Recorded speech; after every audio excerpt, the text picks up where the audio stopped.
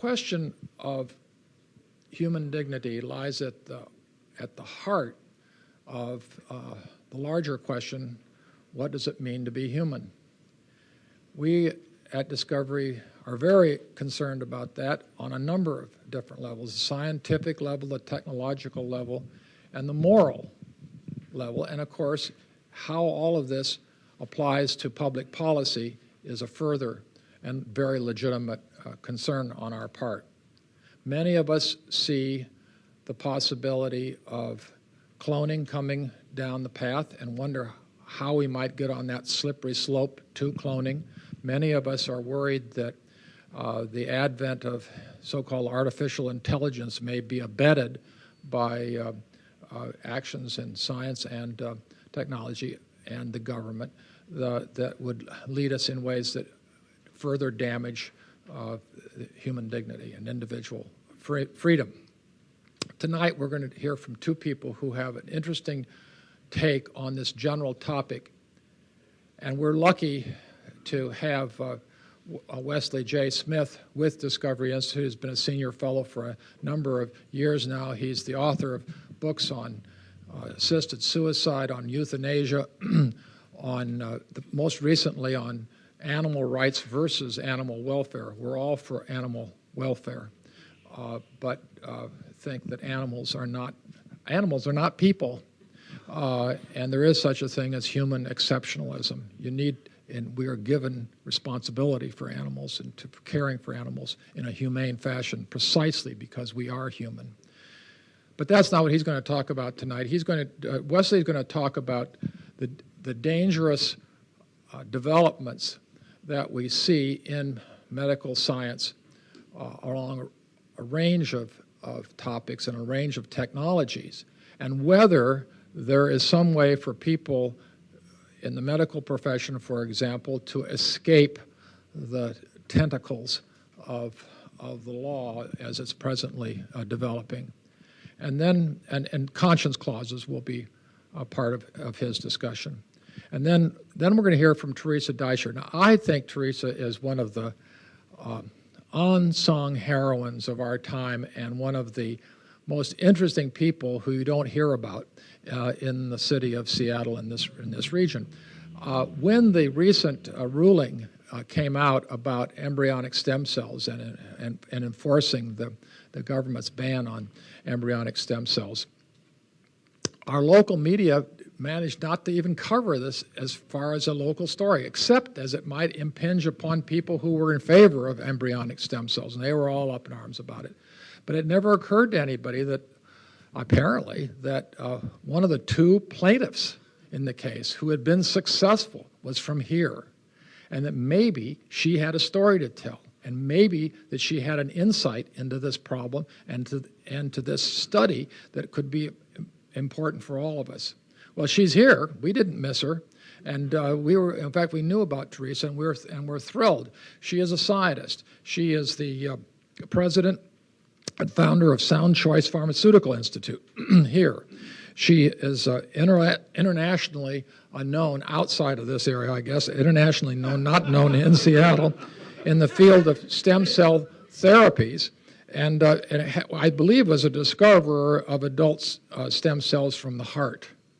So we're delighted to have her here, and she's going to describe what medicine itself and what the science that she's going through may do to help resolve some of these problems, or at least she's going to define the problems better for us. So let's start first with Wesley, and we're delighted to have both of you here. It's your turn, Wesley. We'll have questions and answers after. It's always good to be up here in Seattle and to be at my home at the Discovery Institute. And it's wonderful I met Theresa before, and to be able to share a dais with her.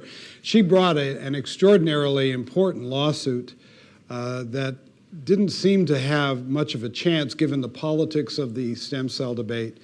Her lawsuit basically said, and she brought it with another adult stem cell researcher named Dr. Shirley, basically said that the Dickey Amendment, and I don't want to steal your thunder, but I think this is really remarkable, the Dickey Amendment, which has been passed by Democratic Congresses and signed by Democratic presidents, passed by Republican Congresses and signed by Democratic presidents, passed by Republican Congresses and signed by Republican presidents, and passed by every possible way, the most perhaps bipartisan law, which says two things. One, the federal government will not pay to create embryos for purposes of destruction.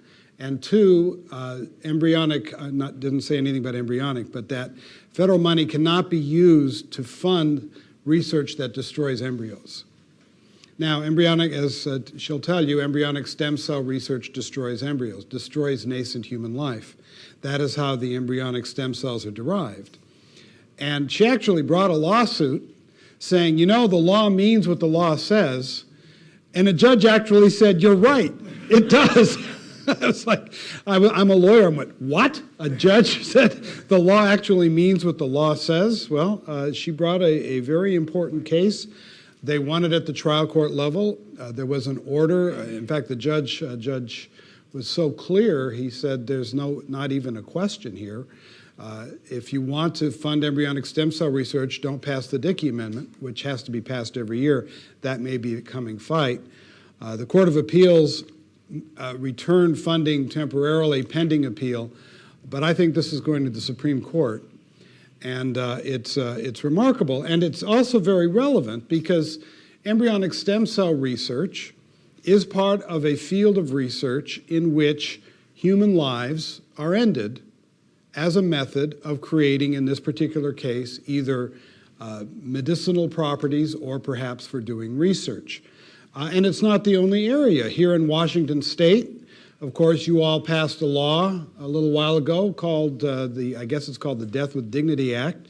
But what it really is doctor-prescribed death, where doctors are approached by patients not to be cured, not to be healed, not to be treated, not to have their pain and suffering palliated, but to be made dead. Doctor-prescribed death or physician-assisted suicide. You have, of course, in the country since 1973 a constitutional right to abortion, where embryos and fetuses are destroyed if the mother doesn't wish to be pregnant any longer. In the future, we are moving forward, and this will also impact the Dickey Amendment if it stays in place. Scientists are trying to create human embryos through the cloning process, which is asexual reproduction. I won't go through how that's done, but Dolly the sheep was how is cloning. And the purpose of that is to have embryonic stem cells that are tailor-made and patient-specific, although we already have those, which are called induced pluripotent stem cells you can take my skin cells and create pluripotent stem cells out of them now, which are already doing what the scientists said they wanted cloning for, but realize that cloning isn't going to be about stem cells in the end. It's going to be about Brave New World. Genetic engineering. Cloning is the essential technology for genetic engineering, for human enhancement and things of this sort, and eventually reproductive cloning. And of course, in order to do that, you're going to have to create human lives asexually, as in Dolly the sheep, and destroy them to learn how genes work and how to perfect the cloning process so that you could have cloned babies that are not defective as so many animal clone offspring, or not offspring, but cloned infants are defective, and so forth. So you see also a argument that has been made in some places for what is known as fetal farming, F-E-T-A-L, fetuses, farming fetuses, where you might create a clone of Wesley if Wesley needs a kidney transplant. You create a clone of me, you put the cloned embryo into an artificial gestation environment, you take it out 6 months, you then take the cloned fetus of Wesley and take the kidney and use that for a kidney transplant of me, and that has been actually advocated in a minority of circles, but that's the natural consequence of deciding that human life can be treated as a mere natural resource. It's the natural consequence of deciding that human life does not have intrinsic dignity.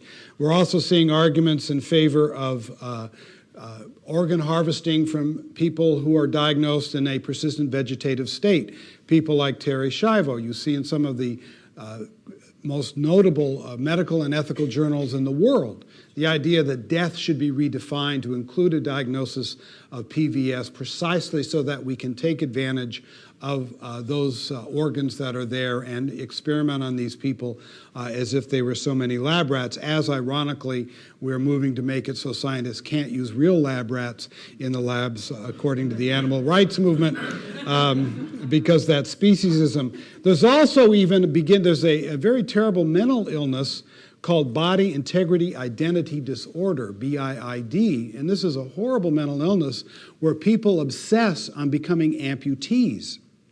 They believe that their truth selves is missing an arm or missing a leg, and there are now actual people arguing, bioethicists and a minority of mental health professionals, that a proper treatment for BIID would be to cut off the healthy limbs and give in to the obsession that these people who do suffer tremendously have. But what if they did that and then the person decided, well, no, it was the other arm that... I mean, you can just see where medicine is heading. We are moving in a place, and this is a contest. It has not gone all one way, but it's certainly not the medicine of the Hippocratic Oath anymore. In fact, many of the things I've described that are currently legal are specifically proscribed by the Hippocratic Oath.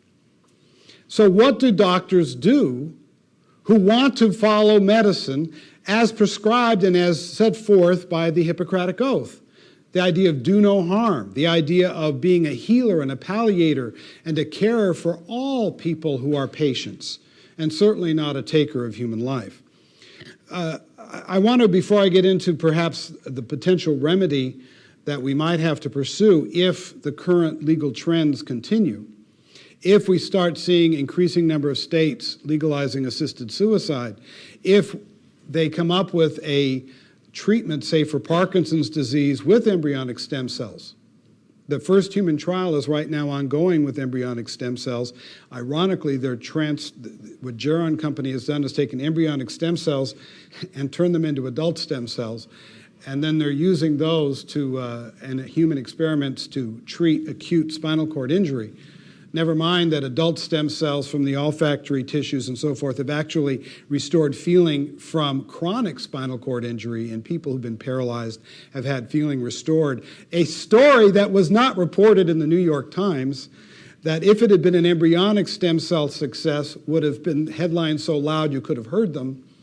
Never mind that, but you have, as Theresa will talk about, a dynamic that we are facing in which we can go forward in an ethical, Hippocratic fashion to obtain the benefits of regenerative medicine, to obtain the benefits of some of the advances and treatments that we all want to alleviate human suffering. Or we can say that the idea of ending suffering is so important, the idea of treating some patients is so important that we can end up destroying human life as we seek to benefit other human lives, or as we seek to palliate suffering.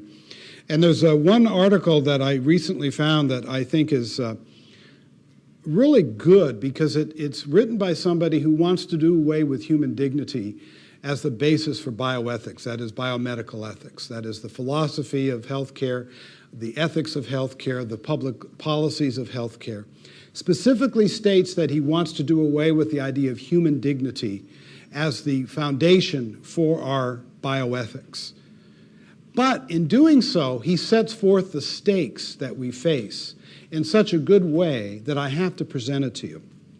A fellow named Alistair Cochrane, writing in the journal Bioethics, December 2009, and he is calling for what he calls an undignified bioethics. Now, human exceptionalism says human life has intrinsic value simply and merely because it is human life, that we do not have to earn our status as protected beings. It comes just with being Homo sapiens. It's easy. You don't have to deal with this, although sometimes the sophistry is an attempt to deny that some of us are human, but basically we can know scientifically when an organism or an individual is a human being.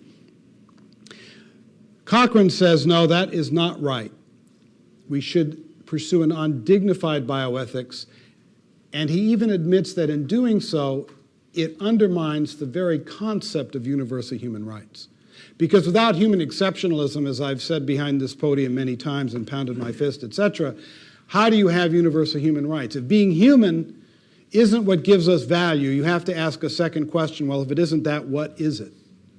And that will then be whatever the people in power decide are the important values and attributes. And those of us who don't have these important values and attributes will get it in the neck. That's the history of the human species. If you believe in human exceptionalism, you say, no, we're not going to get into that. We're going to protect all human beings, at least from being a natural resource, and we're going to go forward in an ethical way, as Dr. Deisher does now, and as she'll get into. And I have to be careful being a lawyer. Short-winded is not my strong suit, and I'll talk right through her speech and the one that Bruce will give next Wednesday. So let me move on here. Cochrane says, he starts his article talking about various concepts of dignity. And of course, there's the idea of acting undignified. You know, the Three Stooges. Hey, Ma, woo, woo, woo, right? Woo, rah, rah.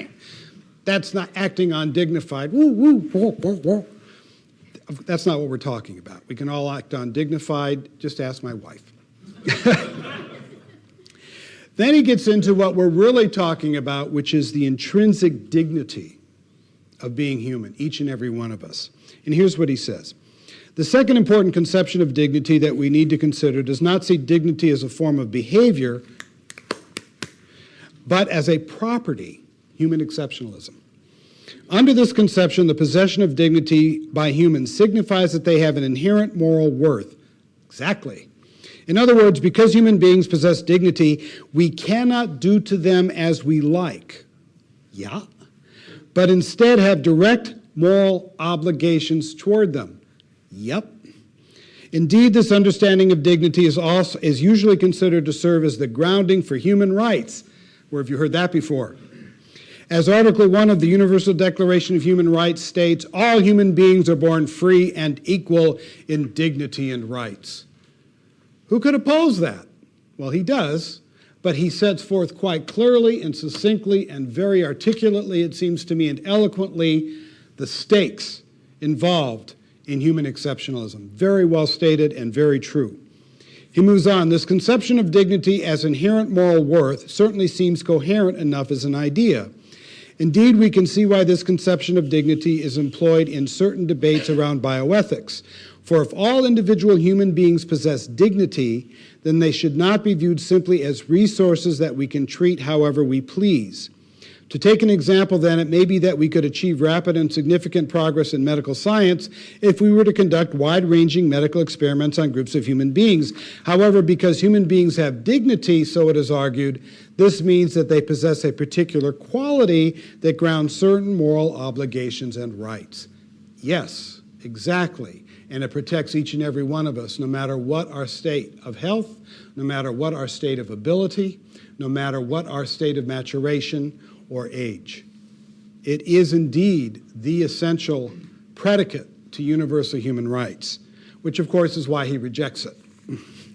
He says, if all human beings possess dignity, this extraordinary moral worth, we need some explanation of what it is about the species Homo sapiens that make them so deserving.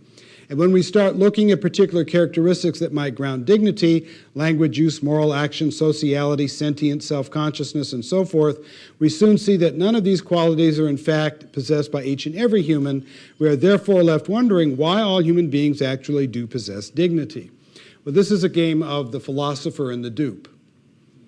Well, since every single human, let's say we pick a unique human attribute, creativity. I mean, there are many others, I think moral agencies even more important, but let's just say creativity. Well, you talk to the philosopher and they go, but what makes humans so special? Finally, the philosopher will say, okay, yes, it's creativity, but aha! Not every single human being is creative. Look at those fetuses. They're not creative. Look at Terry Schiavo, who after her injury had lost that capacity. Therefore, we can treat Terry Schiavo and fetuses as if they were not human. No, the answer is we don't treat each an individual. We don't measure our individual capacities. We are creative inherently in our human natures. That is how we were intelligently designed or evolved or we're created. We are in our essential natures creative beings. And the only time we're not creative beings is if we are too immature yet to have grown into that aspect, or we are, as my Uncle Bruno, who died of Alzheimer's, have lost that because of illness or injury, or because of some serious disability, we don't develop it. But that is not to say that the inherent nature of even those people who have not yet developed them or who have lost them doesn't mean they don't have that within themselves, because they do. It is just impeded by the exigency that might exist at the time. And in fact, no animal is creative. The way to look at this isn't we only do what, unless every human has that attribute, it doesn't count. No, the question is, does any animal have that attribute? And no animal is creative in the sense that human beings are. I was speaking back east a few weeks ago, and I was in a rural area, and I saw a dead beaver in the road, and it struck me. I felt badly, but it struck me, well, you know, that beaver builds dams, but that isn't a creative act by the beaver. That's an instinctive act by the beaver. We create dams too, which is completely different than the beaver's dam. Hoover Dam and the beaver's dam are different in every possible way, and we had to work it through and think it through rationally and try to figure out, why do we want to create this edifice in the first place? The beaver just said, oh, birch tree, yum, yum, yum. That's a difference. No animal is creative in the sense that human beings are, and certainly no animal is a moral agent, and we can go through the whole list. So, doing away with that, he pushes for an undignified bioethic. And that's what we face right now. We face a situation where, as we stated earlier, there is in this state a legal right for a doctor to write a lethal prescription to kill a patient. That's legal. Because the law was written in a certain way, no doctor can be forced to do that in this state. No doctor in this country so far can be forced to perform an abortion. No doctor yet can be forced, if embryonic stem cell therapies came online, should a doctor be able to be forced to give it, knowing that it came into existence as a consequence of destroying human life? These are questions that are going to come to the fore, because we not only have a divided ethic in healthcare, we also have new therapies coming online and new possibilities that definitely involve the destruction of human life. So what is a doctor who believes in the Hippocratic Oath, who believes in the sanctity of human life, who believes in human exceptionalism to do in this circumstance? Are we going to protect those doctors? Are we going to protect Catholic hospitals to be truly Catholic if they choose to? You have a very courageous hospital here in Washington that has basically said very publicly, and is getting some heat for it, that they will not participate in assisted suicide, period. And that is the Whatcom Hospice, a program of Bellingham's Peace Health St. Joseph Medical Center. They've said, we will not do assisted suicide. They put a notice up on the door. If you want assisted suicide, they won't talk about it. They will not talk about it. They will not be complicit in any way in assisted suicide. There is a growing effort at non-cooperation with assisted suicide in Oregon and in Washington State, where it's illegal, where doctors are saying that's not medicine, and we will not participate. And right now, under the law, they can not participate. The heat that the Bellingham Hospice is receiving is very strong, but they're holding firm. Look, we're not going to participate. We've said so in a notice, which of course I believe they should. And if you want that kind of involvement, don't come here. But there are efforts afoot to say that doctors and other medical health professionals should not be able to say, no, I will not participate. And that is a coming fight in the next 5 to 10 years if the current situation continues. Right now in Victoria, Australia, one of the states in Australia, any doctor who is approached by a woman for an abortion must, by law, either perform it or refer to another medical professional who that medical professional knows will perform it. That means that every doctor in Victoria, Australia, must be complicit, whether they want to be or not, under the law in abortion.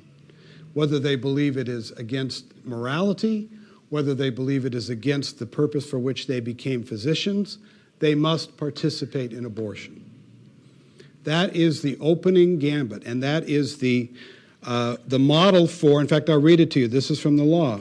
Obligations of registered health practitioner who has conscientious objection. 1, if a woman requests a registered health practitioner to advise on a proposed abortion or to perform, direct, authorize, or supervise, etc., and the practitioner has a conscientious objection to abortion, the practitioner must, A, inform the woman that the practitioner has a conscientious objection to abortion, and B, not or, and B, refer the woman to another registered health practitioner in the same regulated health profession who the practitioner knows does not have a conscientious objection to abortion. Every doctor in Australia, Victoria, the state of Victoria, must be complicit in abortion under the law. And that is, I believe, the model for laws that are going to come into the United States. It's already been tried in my state of California. In California, there was something called AB 2747. It was sponsored by assisted suicide advocates after they had failed to legalize assisted suicide through our state legislature. And what they did was they redefined terminal illness under the initial wording of the bill to be 1 year or less to live. Now, a person who is diagnosed with 1 year or less to live may live 20 because science is not that certain. I have a friend who was diagnosed at 3 months to live with lung cancer 8 years ago, and he's completely free of cancer at this point. He's on a chart, he's on a poster saying living with cancer. So they redefined it to make it very easy to qualify. They then redefined a proper palliative technique called palliative sedation, that at the end of life, if somebody has pain that can't be controlled, very rare, but sometimes people react to the medicines, or more particularly if they have severe agitation or breathing difficulties that are very distressful, a doctor can put them in an artificial coma as the disease finishes its course. That's a proper palliative technique that is very rarely needed, but is sometimes needed to make sure people don't die in suffering. They redefined palliative technique to say that when you have a terminal illness, 1 year or less to live, remember, you can demand that a doctor put you into a coma and deny you food and water. That's how they redefined and misdefined palliative sedation in this legislation. The idea being that you could have backdoor euthanasia. Well, if somebody gets that diagnosis, they go to the doctor and they demand, I want to be put into a coma and denied food and water, which would be backdoor euthanasia. And then they said, as in the Victoria law, and if a doctor has a moral objection to putting a patient in a coma, and there were other things that the patient could demand, but this is the chief one that we need to be concerned with, then the doctor must refer to another doctor who the doctor knows will be willing to do what the patient wants. So that did not pass under those, in those terms, but it was attempted. Here in Washington, again, you have a case involving contraception, Stormans Inc. versus Selecki. You have a Catholic-owned small pharmaceutical chain that did not wish to dispense contraceptives. The state regulators, as you probably know, created a regulation saying that every pharmacy must dispense every legal prescription, and of course contraception is a legal prescription. The district court said, no, that violates their freedom of religion. The Ninth Circuit Court of Appeals said, oh, baloney with that. Freedom of religion, you know, we're not dealing with that. It's just a general law, even though it's aimed at a specific type of people, but the law is valid because it's a general law. Now, unexpectedly, the regulators said, well, wait a minute, let's go back to the drawing board, and right now there's a discussion about how that final regulation should look. But under the Ninth Circuit Court of Appeals, where that decision still states that it is legal for a regulation to require every legal prescription to be issued, what about lethal prescriptions under your assisted suicide law? That's a legal prescription. And the pharmacy who receives that legal prescription has certain obligations, meaning the pharmacy knows it's a lethal prescription because they have to fill out paperwork to send to the state. What if you're a pharmacist and you say, and this ruling stands, I don't want to be involved. I didn't become a pharmacist to kill people. I became a pharmacist to dispense medications, and one of my jobs is to make sure that various medications people are taking don't conflict and the patient die. Isn't that an irony? Well, pharmacists are not protected medical professionals under your assisted suicide law. Doctors can't be forced to participate. Psychiatrists can't be forced to participate. They're protected by name. Pharmacists aren't mentioned at all. It strikes me that depending on how this regulation ends up finally being promulgated, that in this state, and certainly before the regulation was withdrawn for reconsideration, the Ninth Circuit Court of Appeals would require every pharmacy to issue a lethal prescription because it is a legal prescription. I think that's a problem. And I think that a lot of pharmacists are going to come up against this kind of thing and have very real problems with it, particularly if the assisted suicide agenda continues to spread. Because you're already seeing advocacy on the part of the assisted suicide advocates for saying that that hospice should have no right not to participate in assisted suicide, and pharmacists should not have a right to participate in assisted suicide. This is Compassion and Choices, which used to be called the Hemlock Society when they were more honest. They said this is principles that they call for patient-centered end-of-life care. Law and policy should not put the provider's moral beliefs above the patient's.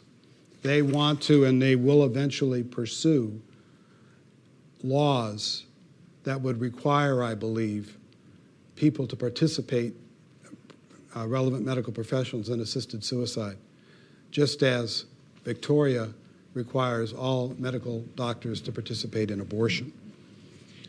I can go through some other examples. We've talked about what may or may not occur as we go down the line, but it strikes me if we're going to have some medical professionals believing in a dignified bioethic and some medical professionals believing in an undignified bioethic, and if an undignified bioethic is going to be legal, as it already is in Washington and in Oregon and other places around the country, and if new modalities are going to come forward, such as embryonic stem cells, if it can ever truly be used in patients, which come from the destruction of nascent human life, or fetal farming, or taking organs from people in a persistent vegetative state, things that are being advocated, or infanticide, which is occurring now in the Netherlands and in Belgium as a consequence of their legalizing euthanasia. I think we need to protect doctors who say, no, I'm not going to do that. I did not become a doctor to kill. I did not become a doctor to participate in the destruction of human life, even if it's to protect another human life. That's not my job to choose between and among different human organisms and different human individuals. I think we need conscience clauses. President Bush, one of his last acts when he left office, was to promulgate conscience clauses that basically state that if a medical professional is asked to do something that violates his or her conscience and he or she refuses, then no job action can be taken against that professional if the employer receives federal funding, that kind of thing. And you would have thought that Roe v. Wade had been overturned. The screaming and the yelling was deafening, to the point that even medical professional organizations were saying that their own members should be forced to do whatever the patient wants in these regards. And what's interesting is a lot of these same people say that when patients want life-sustaining treatment, they shouldn't have to give it. It's called feudal care theory. I don't have time to get into it now. But in Texas, if somebody wants life-sustaining treatment and the bioethicists and the doctors say they don't want to give it because of the quality of the patient's life, then they can say no. And the patient has 10 days to find a different hospital to provide it, which is almost impossible because of financial issues. I don't have time to get into that, but there's a real irony here. But in any event, I'm just going, because I don't want to, I'm stealing all your time here. I'm good at that. Let me just read what the St. Louis Post-Dispatch stated in reaction to the Bush Conscience Clause. Doctors, nurses, and pharmacists choose professions that put patients' rights first. If they foresee that priority becoming problematic for them, they should choose another profession. In other words, if you're not going to go along with the human on dignity bioethics, get out of medicine. Stop being a doctor, stop being a nurse, stop being a medical professional, and I think we need those people. Even if we agree, those of us who might agree that perhaps these things that we've discussed should be legal, it seems to me we do need a cadre of medical professionals who say, no, I'm standing firm to something that 50 years ago was unremarkable and now is controversial. And that should be legal conscience clauses. And here's just some, I've written about this, but let me just state some of the things that I think should be in the conscience clause, and then I'll give up the floor. Conscience clauses should be legally binding, otherwise professionals will be at risk. The rights of conscience should apply to medical facilities such as hospitals and nursing homes, as well as to individuals. Except in rare and compelling circumstances, such as ectopic pregnancy, in which a patient's life is at stake, no medical professional should be compelled to perform or participate in procedures or treatments that take human life. The rights of conscience should apply most strongly in elective procedures, that is, medical treatments not required to extend the life or prevent the serious harm to the patient. It should be the procedure that is objectionable, not the patient. In this way, for example, a physician could not refuse to treat a lung cancer patient because the patient smoked, or maintain the life of a patient in a vegetative state because they believe that people with profound impairments do not have a life worth living, or I might add, treat a gay man with AIDS because they oppose homosexuality. We should not allow the conscience clause to be an excuse for discrimination. No medical professional should ever be forced to participate in a medical procedure intended primarily to facilitate a patient's lifestyle preferences or desires, in contrast to maintaining life or treating a disease or injury. In order to avoid conflicts and respect patient autonomy, whenever feasible, patients should be advised in advance of a professional or facility's conscientious objection to performing or participating in legal medical procedures or treatments. People have the right to know. If you're a Hippocratic doctor, I think you should put that Hippocratic oath right on the wall and make it very clear to anybody who walks in your door, these are things I will not do. This is an assisted suicide free zone, etc. But patients have the right to know that. If it's a legal procedure, they should know that going in. The rights of conscience should be limited to bona fide medical facilities such as hospitals, skilled nursing centers, and hospices, and to licensed medical professionals such as physicians, nurses, and pharmacists. This is not a put down of custodians or something, but custodians, if they don't want to clean up an abortion clinic, they don't have to take the job at the abortion clinic. They're not licensed professionals. So I think it should be limited to the bona fide professionals. It's a sad day when medical professionals and facilities have to be legally protected from coerced participation in life-terminating medical procedures. But I think we're heading to that day. And I think those of us who are working to maintain a dignified bioethic have to keep in mind that if we fail in that effort, that doesn't mean the fight is over. It means it has just begun. Thank you.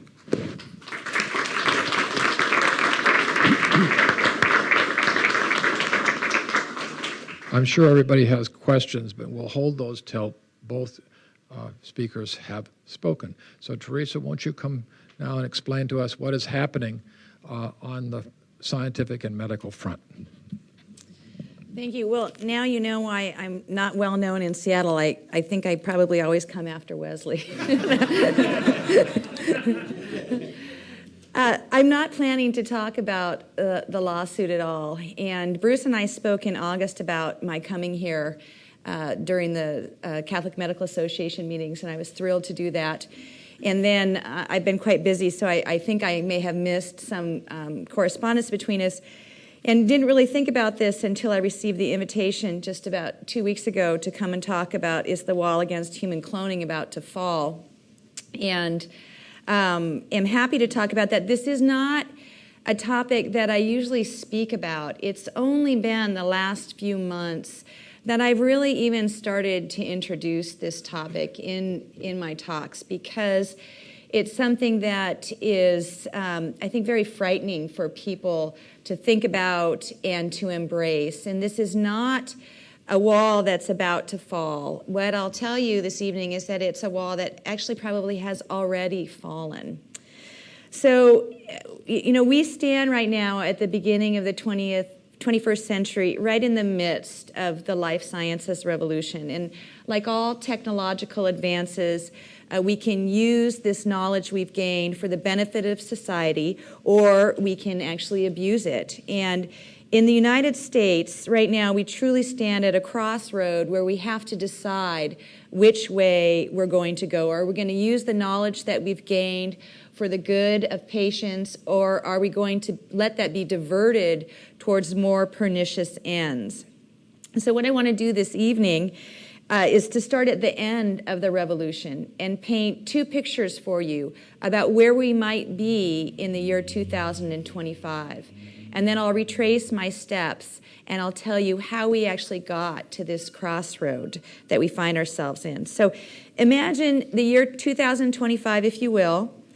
Patients in the United States with degenerative diseases, those are our loved ones, are able to be treated with affordable adult-type stem cells that restore paralysis victims to independence, that allow survivors of stroke and heart attack to more fully recover and enjoy the extra years of life that they've been given. And this is because in 2011, our elected officials finally opened their eyes to the truth and put patients first. They discarded their fixation on embryonic stem cells and made the best choice for patients. They funded adult stem cell clinical trials, finally. Imagine that in the year 2025, there are not 500,000 frozen human embryos.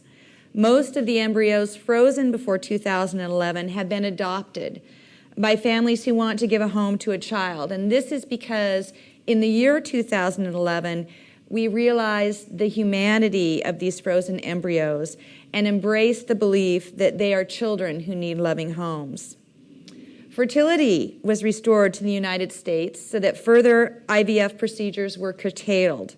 That is because young adults in 2011 rejected the sadistic promise of sexual promiscuity and treated their bodies with respect. Young adults no longer put careers and material advancement above personal fulfillment and the joy of children. However, if our economy continues the way it is, not many people will have careers much longer anyway. So they no longer needed to resort to IVF so that they could artificially control conception of their children so that they could accommodate career or travel plans.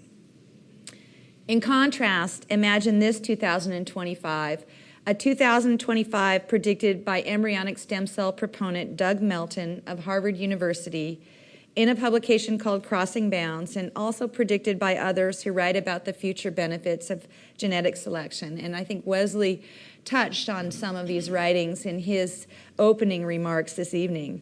So in their 2025, they have tricked us into allowing genetic selection by appealing to sympathy we have for people with genetic diseases and to misplaced desires to hand our children the very best. And they argued in 2010 that this should also include the very best genes. Not necessarily our genes, but the best genes that scientists decide are the best. In this 2025, children are not naturally conceived. How boring.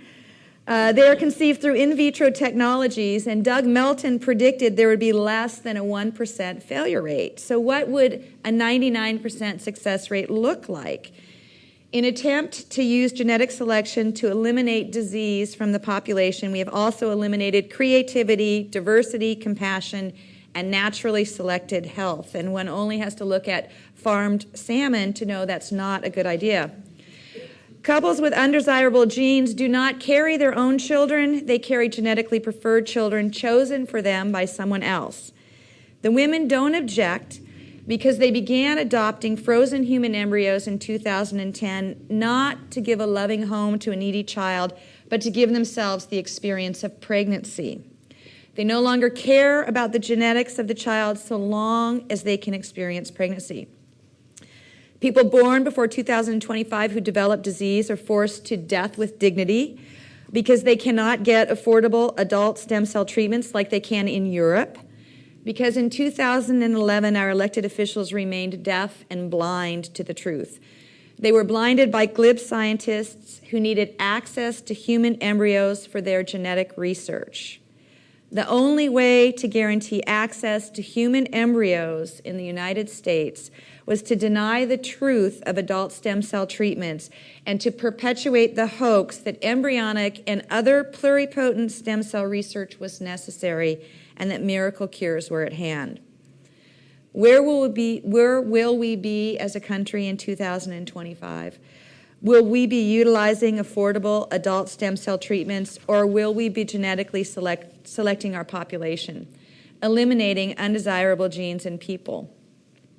How did we get to this crossroad? Stem cells have been postulated by scientists, philosophers for hundreds of years.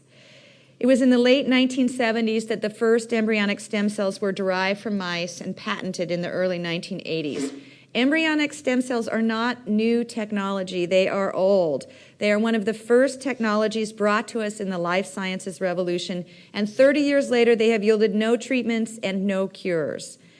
Scientists predicted that they would be useful for experimental research and that we would be able to make difficult-to-obtain cells by using embryonic stem cells, such as heart cells and brain cells. It is true that we can make these difficult-to-obtain cells from embryonic stem cells. However, we do not get pure populations of cells, and we get immature fetal cells in the lab. Therefore, scientists such as myself rejected the use of embryonic stem cells for research a long time ago and continued to use tedious methods to isolate adult heart or adult brain cells so that we could do research on cell types that actually have relevance to humans and to the diseases that we want to study.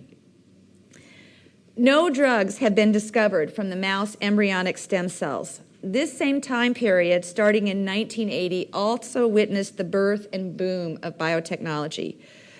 Blockbuster drugs have been discovered using adult animals in research. Drugs like Avastin, Bexar, Neupogen, Enbrel, Epogen, Herceptin. Since 1982, 324 biotechnology drugs have been approved for use by the FDA. How many of these were discovered using embryonic stem cells? 0. In contrast, adult mouse stem cells were isolated long after embryonic stem cells. It was not until 1988 that the mouse blood stem cell was patented, and the human blood stem cell was not patented until 1992. Despite the discovery of adult blood-forming stem cells, scientific dogma in the early 1990s stated emphatically that adult stem cells outside of the blood system did not exist. The absence of adult stem cells, or at least the scientific assumption that they did not exist, led scientists to want to derive human embryonic stem cells. The moral issues regarding this type of work slowed and delayed the field. However, scientists were determined to pursue human embryonic stem cells. Unfortunately, for the embryonic stem cell proponents, adult stem cells for pancreas, liver, heart, brain, and other organs were discovered in the mid to late 1990s. One such stem cell was isolated by my lab at Zymogenetics from the hearts of adult mice. These stem cells were so primitive in nature and so pluripotent that one of my colleagues in the stem cell department started calling them the ultimate stem cell. Not being a politically inclined animal, it was not until several years later that I learned that my discovery of an adult multipotent, if not pluripotent stem cell prevented a proposed embryonic research project from going forward. In retaliation, however, development of the adult stem cell I had discovered was also blocked. Other scientists across the United States who made critical adult stem cell discoveries commonly faced resistance, personal insults, and accusations of fraud. What was behind some of these accusations? There were some scientists enormously reluctant to let go of the dogma that adult stem cells did not exist outside of the blood system, and that drove their behavior. However, there were also scientists who wanted to deny the existence of adult stem cells at all costs so that they could justify human embryonic stem cell research. We see the same behavior continuing today, and we saw it in the September hearings, Senate hearings, chaired by Tom Harkin. Only one adult stem cell scientist was invited to speak, and although she presented remarkable results of adult stem cells treating patients, her results were dismissed and attacked. So adult stem cell successes are, as this scientist, Dr. Jean Peduzzi Nelson, said, one of the best kept secrets in America.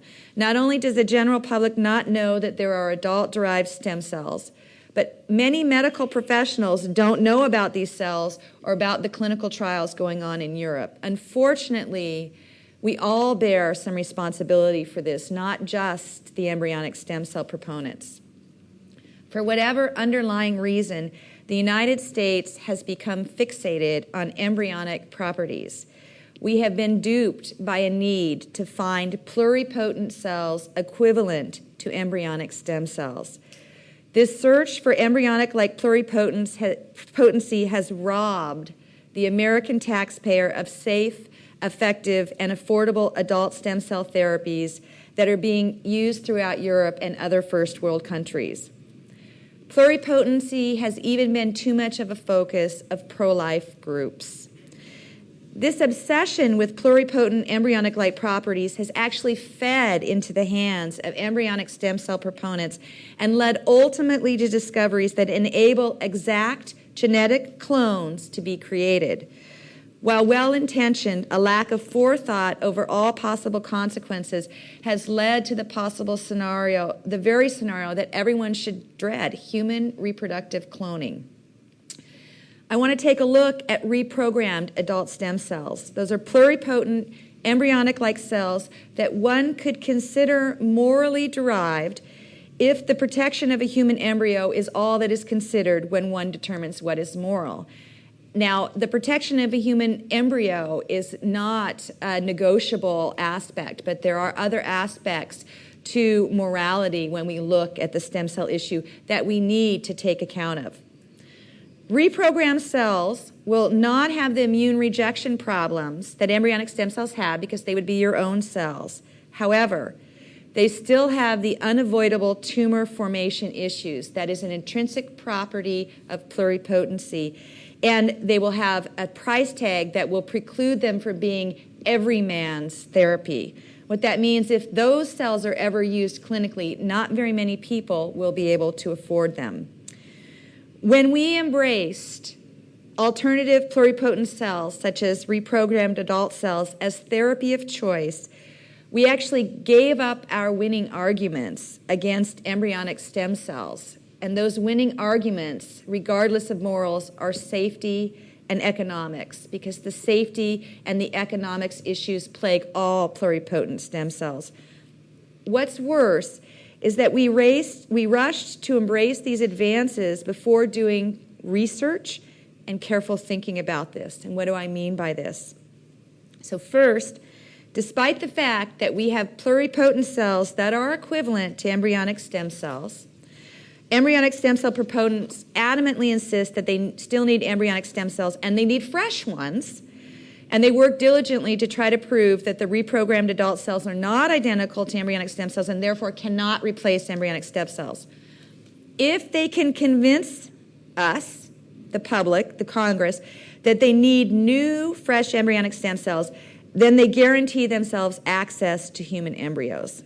So, is there really anything that we absolutely need embryonic stem cells for? The answer is an unequivocal no.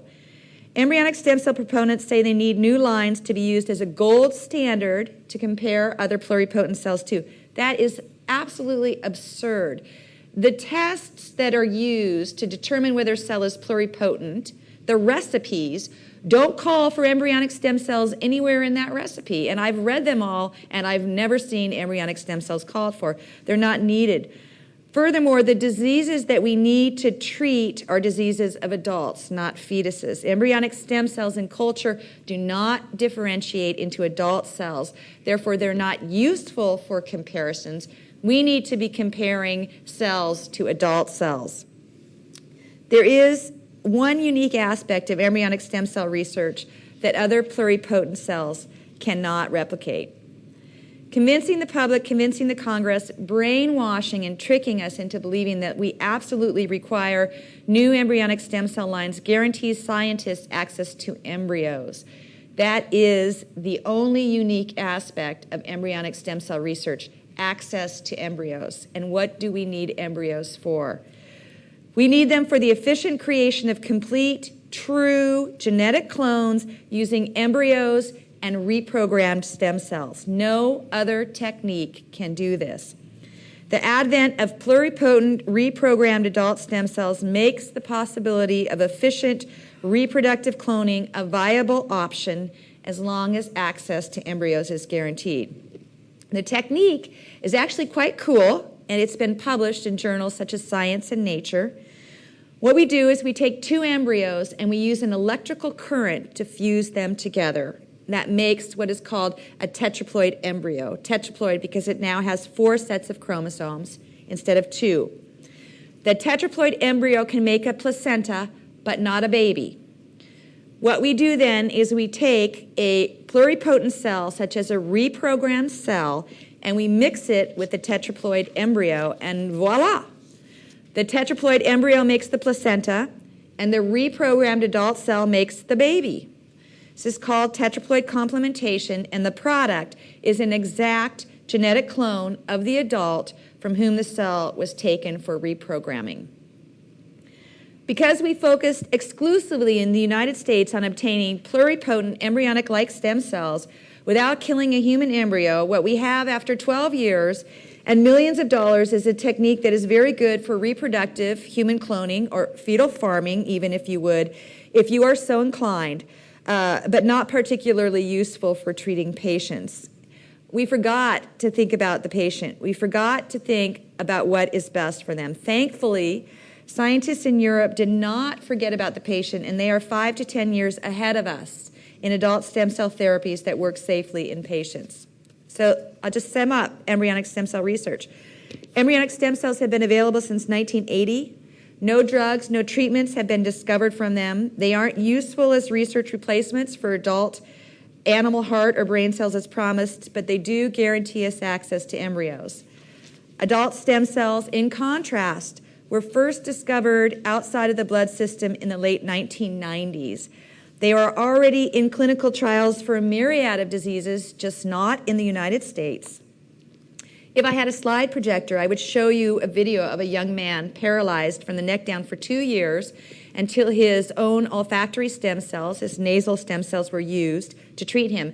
This man can now walk 30 feet with a walker, and I received a recent video from his doctor where he is doing sit-ups. 6 other patients treated like this have benefited similarly. Not all as extensively, but all have benefited. If I had a slide projector, I would show you video of a man chemically blinded since 1948 whose vision was restored using his own stem cells. And 85 other patients have also recovered sight after adult stem cell treatments like that. 72% of those blinded patients were successfully treated. Unfortunately, most of the adult stem cell progress I could show you comes from studies done in Europe. Americans cannot get these treatments. Unless, of course, one is an American racehorse or a particularly loved pet. In that case, you could get adult stem cell treatments for about $5,000. The results are fairly amazing. If you are a patient in the United States and you need stem cell therapy at the present moment, your best chances are to pretend to be a horse. In which case, VetStem might treat you with your own adult stem cells. How can that be? Let's look at NIH funding and see if we can learn anything about their goals here. If the goal of the NIH is to develop stem cell therapies to treat patients, as some say it is, then we would expect that they would be funding adult self stem cell clinical trials. Adult self, that means your own stem cells, cannot be patented. What that means is that these trials absolutely require federal funding. These are the cells being used outside of the United States to treat patients who are paralyzed, blind, who've had heart attacks, strokes, who suffer from multiple sclerosis, diabetes, and lupus. Clinical trials cost hundreds of millions of dollars to complete. Is the FDA funding these types of trials so that our loved ones can get stem cell therapies? The answer is no. In 2010, the NIH has given away $298 million taxpayer dollars to embryonic stem cell research. They have granted $616 million taxpayer dollars to non-human, that would be animal, non-embryonic stem cell research. That sounds great if you're a horse, but it does not do much for advancing clinical trials in humans in the United States. In contrast, in 2010, they have funded a total so far of $388 million taxpayer dollars to human non-embryonic stem cell research. That includes research on reprogrammed and other pluripotent stem cells that are not embryonic in origin. And so we were probably left with well under $300 million for true adult stem cell research. And then we have to ask, what percentage of that $300 million actually goes to clinical trials rather than basic research? The answer is not enough. In general, if we need $1 for research, we need $30 for a clinical trial. If the NIH were not preferentially funding embryonic stem cell research, then for the $298 million wasted on embryonic stem cell research, we would see $8.9 billion for adult stem cell clinical trials. However, as I told you, they've funded only $388 million. If one looks at NIH funding of all interventional clinical trials, this means clinical trials to treat patients, not to study them, to treat them. The NIH funds approximately 30% of all trials. If one looks at all interventional stem cell trials, and all of these trials are adult stem cells right now because embryonic stem cells are not treating patients yet. Well, one poor soul was recently injected, and they're going to watch closely and pray that tumors do not form. The NIH is only funding 9% of those trials, and there aren't very many trials in the first place. How can this be? Adult cell stem cells are helping patients throughout Europe. They are safe, they work, they're affordable. This is mind-boggling. It's difficult to believe, but it is true. Even in the best of economic times, and those numbers are numbers from the NIH themselves that were given to me from the Family Research Council, who got them through a Public Information Disclosure Act. Even in the best of economic times, the NIH should not be giving away taxpayer dollars for therapies that will cost $500,000. That's the price tag that Geron says embryonic-based treatments are going to cost. Adult stem cell treatments cost about $25,000. Those stem cells can't be patented, absolutely require federal funding in order for our loved ones to be helped. The fact that they cannot be patented is also why they are affordable. The NIH is funding well under $300 million taxpayer dollars for clinical trials for adult stem cells. Each disease would need hundreds of millions of dollars for clinical trials. So who is being helped in Europe? Paralysis, stroke, blindness, heart attack, heart failure, multiple sclerosis, lupus, diabetes, limb ischemia, liver failure, bone fracture, sickle cell anemia, and the list goes on to up to 22 diseases in clinical trials. And I'm talking about well-controlled, well-designed, robust clinical trials. Let's be conservative and estimate each disease will need only $100 million for clinical trials. 22 times that is $2.2 billion. That's what we need NIH funding for in the U.S. if we want these therapies for our loved ones. That is peanuts compared to the cost for care for all of those patients annually. Some of those diseases alone are $90 billion in annual costs. Again, what is NIH funding? $298 million for embryonic stem cells, $388 million for adult stem cells. There's nothing reasonable or rational about this. You choose. Do you want taxpayer funding for embryonic stem cells and research that forms tumors, causes an immune response, exploits women, destroys human embryos. It's old. It's been around since 1980, never helped anyone, costs $500,000. Or do you want taxpayer funding for adult stem cell clinical research, which is safe, has no immune response, it's ethical and moral, exploits no one, was newly discovered in the late 1990s, it's helping people now and costs about $25,000? It's sort of a no-brainer. People seem to feel helpless, and they say, well, how can we choose? You can vote. Find out if your elected official voted to fund embryonic stem cell research in 2006. That would be yes on H.R. 810, but no on adult stem cell research in 2006, which was S. 2754. Find out if they support the Patients First Act of 2007, which is H.R. 2807. That bill prioritizes stem cell funding in terms of potential for near-term clinical benefit in human patients. If that act were approved, the NIH would, by law, have to be soliciting grant applications for adult stem cell clinical trials and funding those studies. The bill was introduced in 2007. It is still not approved. Tell your elected representatives to vote yes on the Patients First Act. If they don't, vote them out. What choice do we have? Well, we could go around and masquerade as racehorses so we can get access to decent stem cell therapies, or we can exercise our rights and vote. Thank you.